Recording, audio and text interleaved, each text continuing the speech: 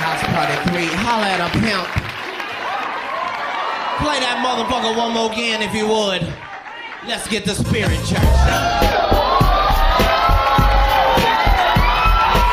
I don't care what you say, this song is gonna make you happy. This is the kind of song when you walk into the Slauson swap meet with $400, and you know not only can you buy anything you want, bitch, you can buy a booth if you want to. Just go and play it.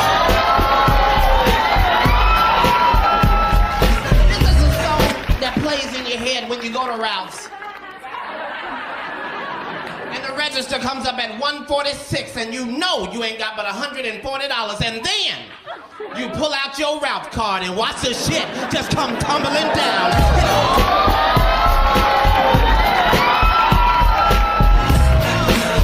Y'all don't feel me.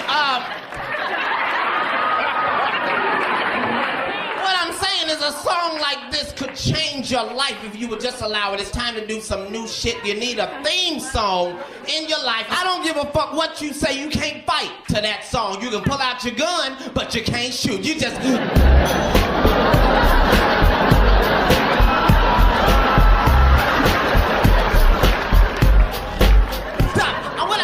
is that if you... I know some of y'all hate your job. You wake up happy and mad at the same time. You just, good morning, shit. You need a song like this on your alarm clock, but you can wake up to some pimp shit in the morning. You just fucked it. Go.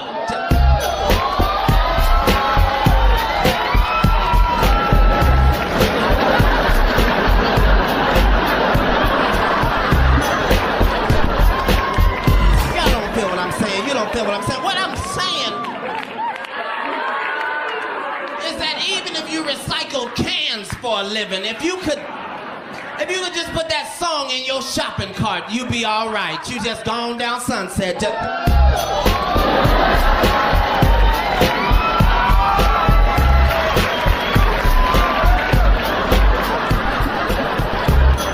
Y'all don't feel what the fuck I'm saying. I'm saying even if you had the shopping cart with the fucked up wheel, you still just... I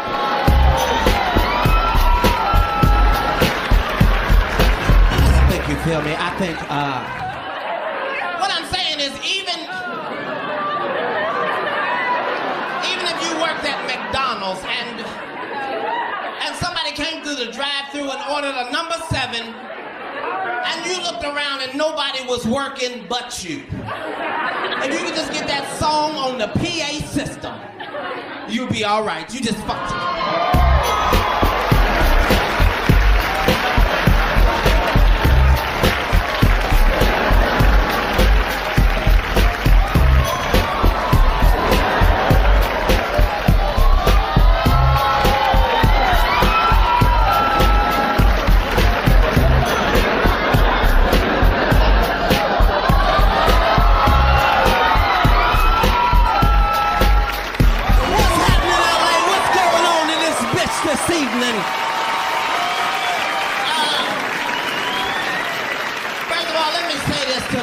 From LA, y'all need to decide what you are going to do about the weather.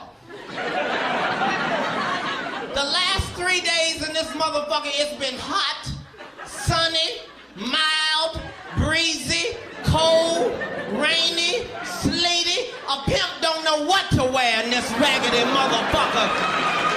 It's bullshit. I'm in the hotel lobby with a fur coat on, some swim trunks, and some Timberlands, because I don't know what may happen in this raggedy bitch this evening.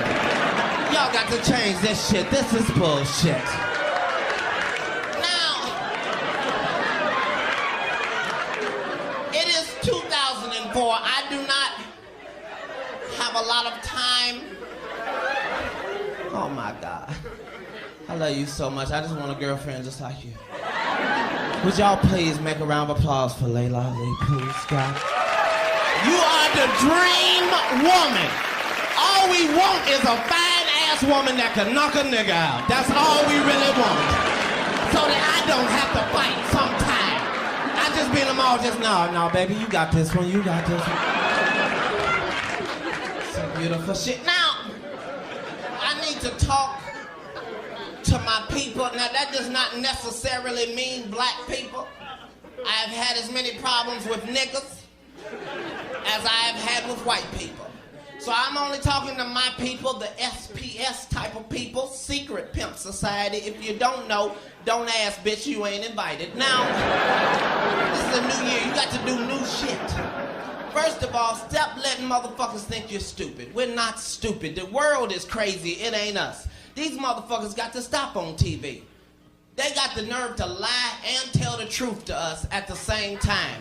This got to be the last year we tolerate that shit. How you gonna lie and tell the truth? You wouldn't tolerate that at the club. If you was with a girl and you was dancing, you was like, so, how many kids you got? She was like, 6. I mean, 1.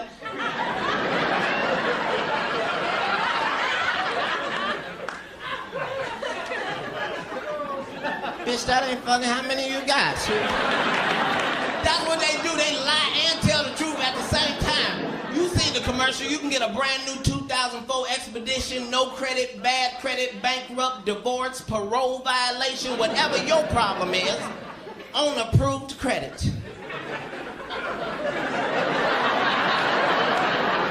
Did you just say no credit, bad credit, on approved credit? That's like you meet a woman at the club, she tell you, I'm gonna give you some pussy, never. But bitch, that ain't the same then. That's not the same.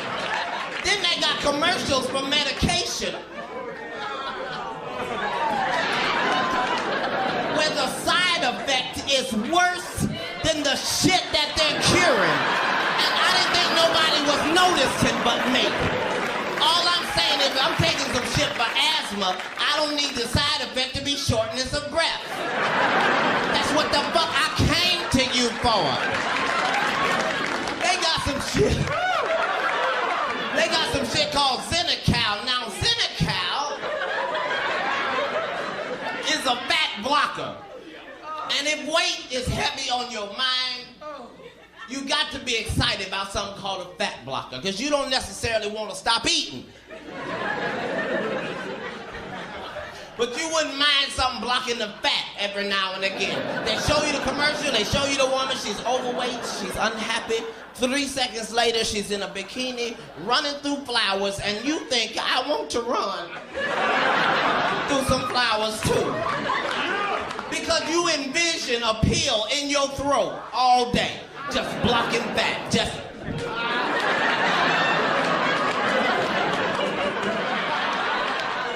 Then they say possible side effects are gas with an oily discharge, diarrhea, and the inability to stop it. What the fuck?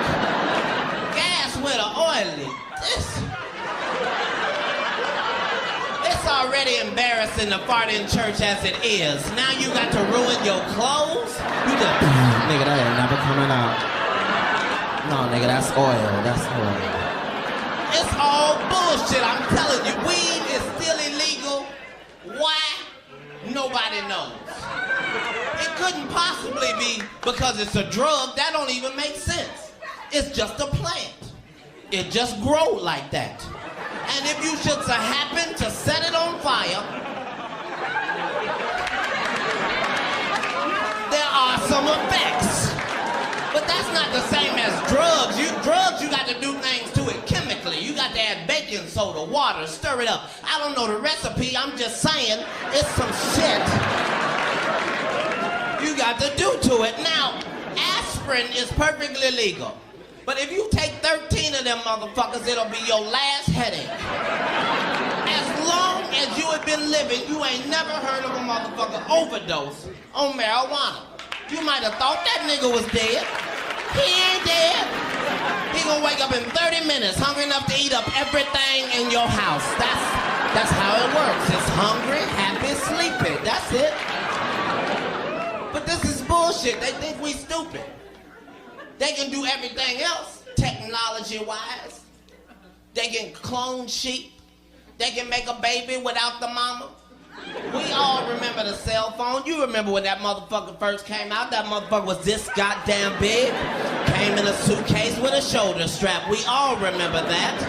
Now that motherfucker is so small that by next year it's just gonna be a chip on a nigga's tongue. You gonna be smoking a cigarette. Hello? No, nigga, I got you on the tongue phone. Hold on, I got another call. Hello? Now, what I'm saying is in 2004, you got to start making decisions that are best for you. Some of y'all just lie entirely too much. In 2004, stop lying to motherfuckers. Some of y'all got bill collectors keep calling all the time. That's because you keep giving them words that make them lie. Like, I'm not ready right yet. My shit ain't come in right now. Just tell them motherfuckers the truth. Don't be mean, don't be nasty, just tell them the truth. Just, hello? Yes, this is he. No, I know. Well, how much is it? Fuck. Okay, your name is Jerry, right? Jerry, are you by a computer where you can get this down? Okay, I am never, ever gonna fucking pay y'all. No, not payments, not installments, I'm not doing shit, Jerry. Don't threaten me, Jerry, I already got bad credit. Y'all should have turned that shit off last month. God bless you too, God bless you too. Start telling motherfuckers the truth. Now, some of y'all just need to go on and smoke weed because there's a chemical in weed that's called fuck it. And if you can just get that in your system, it can make your shit better. Some of y'all be crying about bills you can't pay. You just, I don't know what I'm gonna do about this light bill. They want the whole thing. They don't want a deposit or nothing. They want the whole. Just hit the weed one time and see if it don't change your perception of what's going on in your life. I don't know what I'm gonna do about this light bill. Fuck them goddamn lights. I got 12 candles. I've been waiting to burn them motherfuckers. Now see, because it's time to start having fun in your little ragged ass life. It really is. Black people, we don't even dance no more. We used to go to the club and really do our shit. Now we so busy worrying about who they with, what these niggas got on, who they with, why they looking. You need to party with some white people. White people don't give a fuck about nothing. They just come to party. They don't give a shit about the song, the club, the drinks, the beat, nothing. Them motherfuckers are just ready to party. The beat will be right there and they'll dance all around that motherfucker.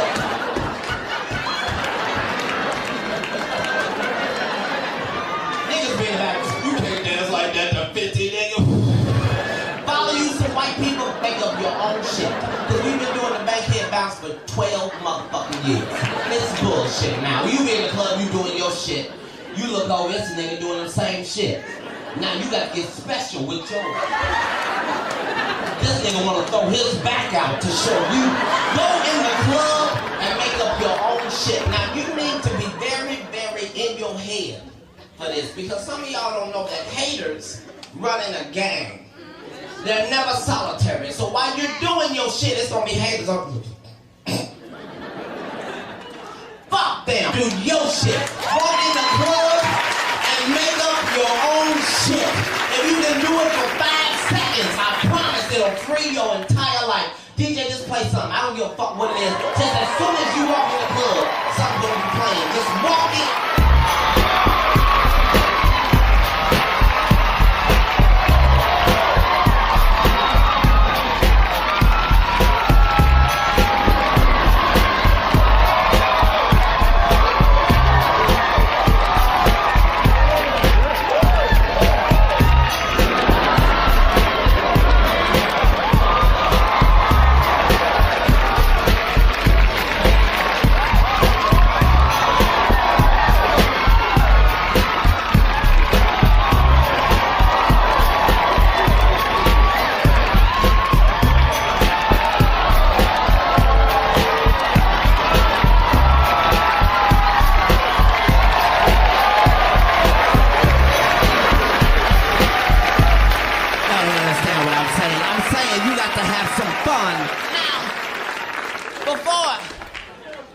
I need to tell you that you need to make sure that all the shit that means something to you means something to you.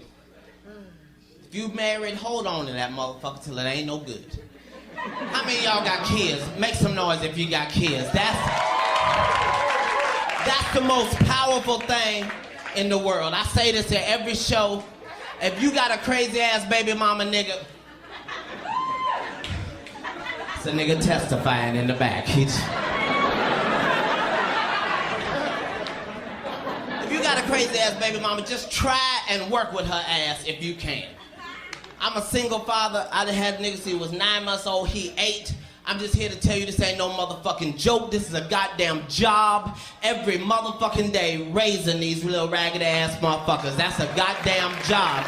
This nigga, first of all, he wake up at 5:30 every motherfucking morning. He don't give a fuck about weekends, weekdays, what time daddy get home. At 5:30 he's up. Not only is he up before Jesus, he ain't got no job. He ain't got no bill, so not only is he up at an ungodly hour, he is happy than a motherfucker for no apparent reason. At 5:30 every morning, he just, good morning, daddy. Time for some cereal. I done put that nigga to bed at 5:15. At 5:30, he just, good morning, daddy. Time for some cereal. But that's my motherfucking nigga. I don't know about you, I'm a pimp. Right here. I ain't a pimp as far as putting hoes on the street. I'm a pimp right here. I think pimp, therefore I am. So that's how I deal with my son, see. See, the first rule of pimping is you can't lie. Some of y'all niggas think you're pimping because you got 2 girlfriends, but them bitches don't know each other. That's not pimping. I tell the truth. My son is 8. He ain't never believed in Santa Claus. I'm sorry. I cannot afford for him to walk around thinking it's a white man going through the ghetto giving niggas PlayStations. No, baby, no. Daddy bought that with his weed money, baby. Can you say sacrifice? Sacrifice, very good. Me and that nigga talk. He came to me 2 months ago, he said, Daddy, I want an Xbox. I said, well, sit right here, pimpin'. Let me holler at you. Now, the first thing you need to understand is the Xbox is $199.99. Now, Daddy can do this all day, every day, no problem. But I need you to understand it only come with 1 controller. That means Daddy can't play with you, your friends can't play with you, it's just you. That means I gotta buy another controller at $34.95. Now, Daddy can do this all day, every day, no problem. But I need you to understand it only come with 2 games. You gonna be through with them motherfuckers tonight. That means Daddy gotta buy 3, 4 other games at $45 to $55 a piece. Now, Daddy can do this all day, every day, no problem. Or, I can look in the recycler under the classified section and I can get you what's known as a Nintendo 64. Now, it's not gonna be new. So it's gonna come with like 20 games that other kids have already opened and played with to make sure it's fun. Then me and you got like $200-300 left over. We can go all across the country, stop in ice cream trucks, buy 6 nuggets, don't eat 6, eat 3, throw the other 3 out the window because we don't give a fuck because we got money like that. And that nigga sit right there and make a pimp decision. He just... You say 20 games? Well, we just gonna get the Nintendo then, Daddy. That's my motherfucking nigga. Make a pimp decision then. When the new Jordans come out, I take that nigga to the Foot Locker with the rest of the children and let him try them on. Just go and try them on. No, they tight, they tight. Okay, I want you to do me a favor. Run down this aisle real quick. I have no time yet. On your march, get set, go. 9 seconds, 9 seconds. That was fast. Okay, come on. Hey, listen, I want to show you something. Now put the Batmans on. Put the Batmans on. Make sure the Velcro is tight. Make sure the Velcro is tight.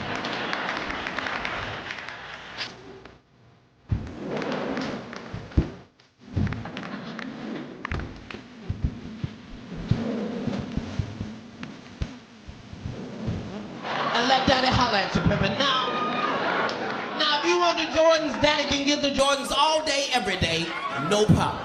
But for the same price as the Jordans, you can get the Batmans, the the Robins, the Pokemons, the Digimons. You can get these that don't have no name, but they light up every time you walk, just every step you take. And that nigga bling bling out the store. He just... Y'all been all that, I've been Katt in the Hat. Thanks for the time.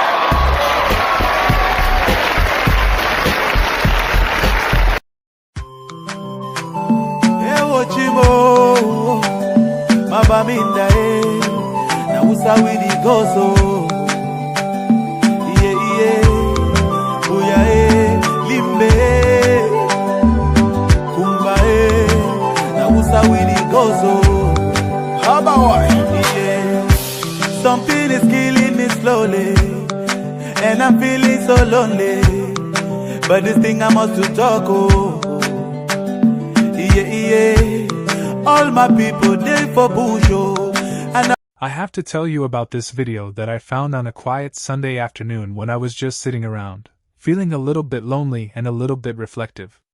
I was scrolling through my feed, not really looking for anything in particular, and I came across this title that made me smile. Katt Williams on how she caught my immediate attention.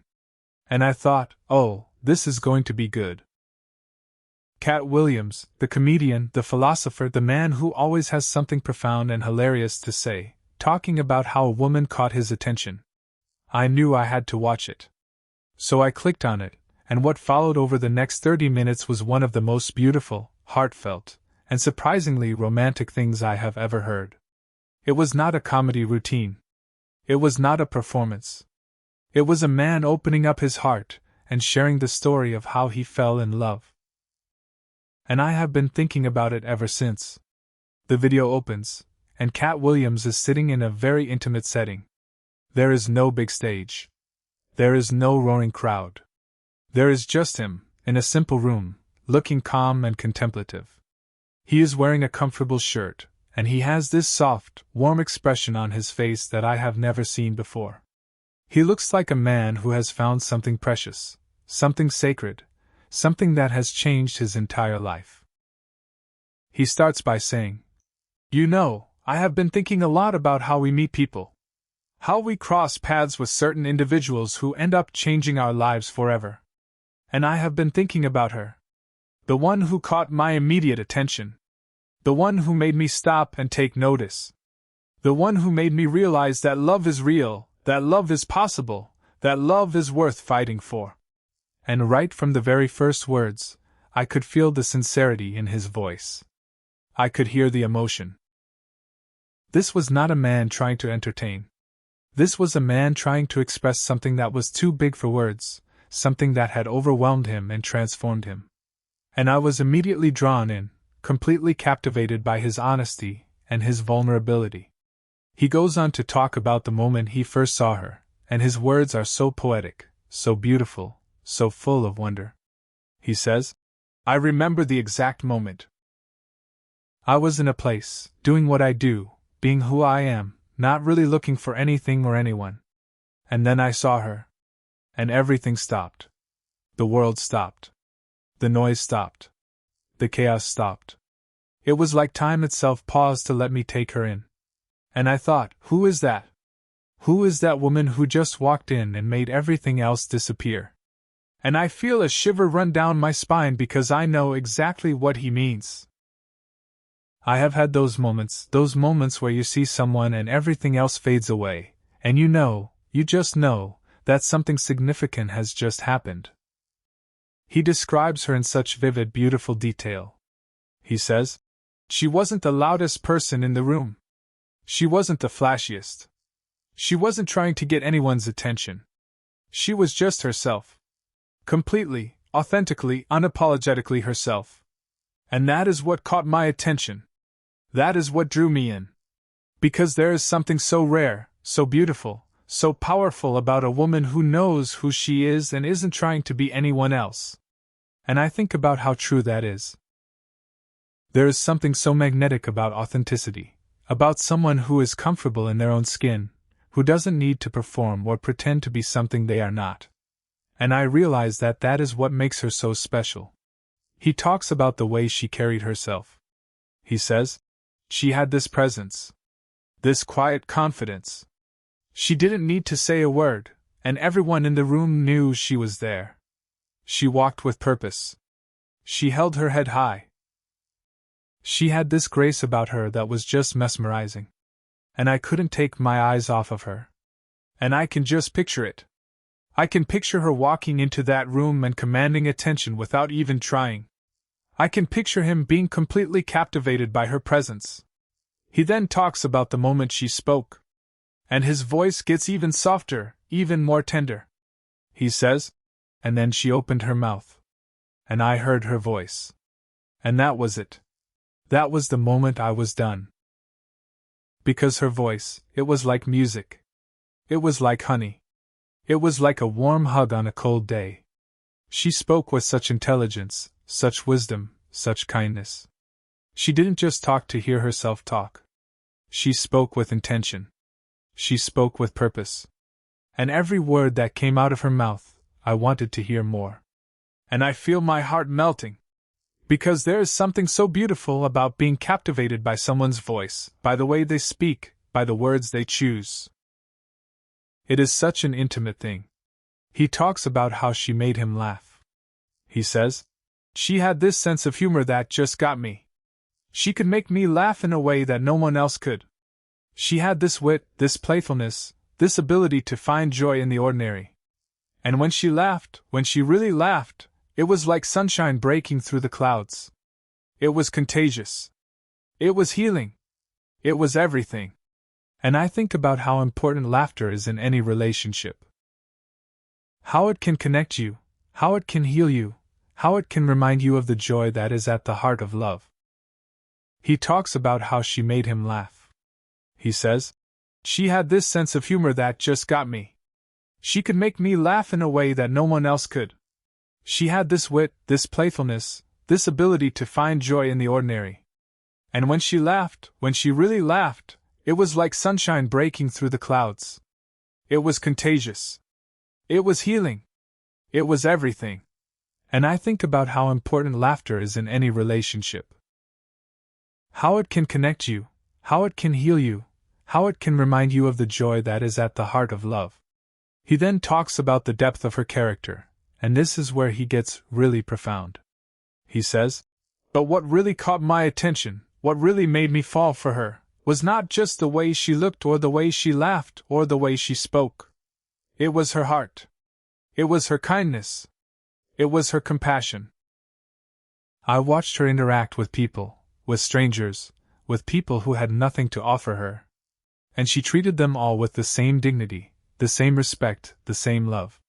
She didn't judge. She didn't condescend. She just loved. And I thought, that is the kind of woman I want in my life. That is the kind of woman I want to be with. And I think about how rare that is. How rare it is to find someone who is truly kind, who is genuinely compassionate, who treats everyone with respect and love. And I realize that that is what makes her truly beautiful. He talks about how she challenged him. He says, she didn't just agree with everything I said. She pushed me. She challenged me. She made me think. She made me question my assumptions. She made me want to be a better man. Because she saw something in me that I didn't even see in myself. She believed in me when I didn't believe in myself. She pushed me to be more than I thought I could be. And that is what real love looks like. It is not about finding someone who completes you. It is about finding someone who challenges you to complete yourself. And I think about how powerful that is. How love should not be about finding someone who makes you feel comfortable, but about finding someone who makes you want to grow, to evolve, to become the best version of yourself. He then talks about the day he realized he was in love with her. And it is such a sweet, tender story. He says, I remember the exact moment. We were just sitting together, doing nothing special.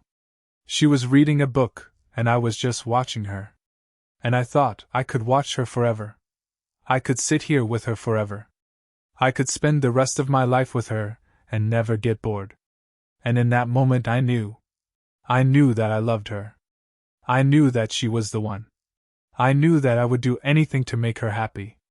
And I feel tears welling up in my eyes because it is so simple, so pure, so real. He talks about how she made him laugh. He says, "She had this sense of humor that just got me. She could make me laugh in a way that no one else could. She had this wit, this playfulness, this ability to find joy in the ordinary. And when she laughed, when she really laughed, it was like sunshine breaking through the clouds. It was contagious. It was healing. It was everything." And I think about how important laughter is in any relationship. How it can connect you, how it can heal you, how it can remind you of the joy that is at the heart of love. He then talks about the depth of her character, and this is where he gets really profound. He says, "But what really caught my attention, what really made me fall for her, was not just the way she looked or the way she laughed or the way she spoke. It was her heart. It was her kindness. It was her compassion." I watched her interact with people, with strangers, with people who had nothing to offer her. And she treated them all with the same dignity, the same respect, the same love. She didn't judge. She didn't condescend. She just loved. And I thought, that is the kind of woman I want in my life. That is the kind of woman I want to be with. And I think about how rare that is. How rare it is to find someone who is truly kind, who is genuinely compassionate, who treats everyone with respect and love. And I realize that that is what makes her truly beautiful. He talks about how she challenged him. He says, "She didn't just agree with everything I said. She pushed me. She challenged me. She made me think. She made me question my assumptions. She made me want to be a better man. Because she saw something in me that I didn't even see in myself. She believed in me when I didn't believe in myself. She pushed me to be more than I thought I could be. And that is what real love looks like." It is not about finding someone who completes you. It is about finding someone who challenges you to complete yourself. And I think about how powerful that is. How love should not be about finding someone who makes you feel comfortable, but about finding someone who makes you want to grow, to evolve, to become the best version of yourself. He then talks about the day he realized he was in love with her. And it is such a sweet, tender story. He says, "I remember the exact moment. We were just sitting together, doing nothing special. She was reading a book, and I was just watching her. And I thought I could watch her forever. I could sit here with her forever. I could spend the rest of my life with her, and never get bored. And in that moment I knew that I loved her. I knew that she was the one. I knew that I would do anything to make her happy. And I feel tears welling up in my eyes because it is so simple, so pure, so real." Love is not always about the grand gestures. Sometimes it is found in the quiet moments, in the ordinary moments, in the moments when you just realize that you cannot imagine your life without someone. He talks about how she caught his attention, not just with her beauty, but with her soul. He says, "She caught my attention because she was real. She was authentic. She was genuine. She didn't play games. She didn't pretend. She was just herself, and she was enough." And that is what made me fall in love with her. That is what made me want to spend the rest of my life with her. And I think about how rare authenticity is in this world. How often we pretend to be someone we are not.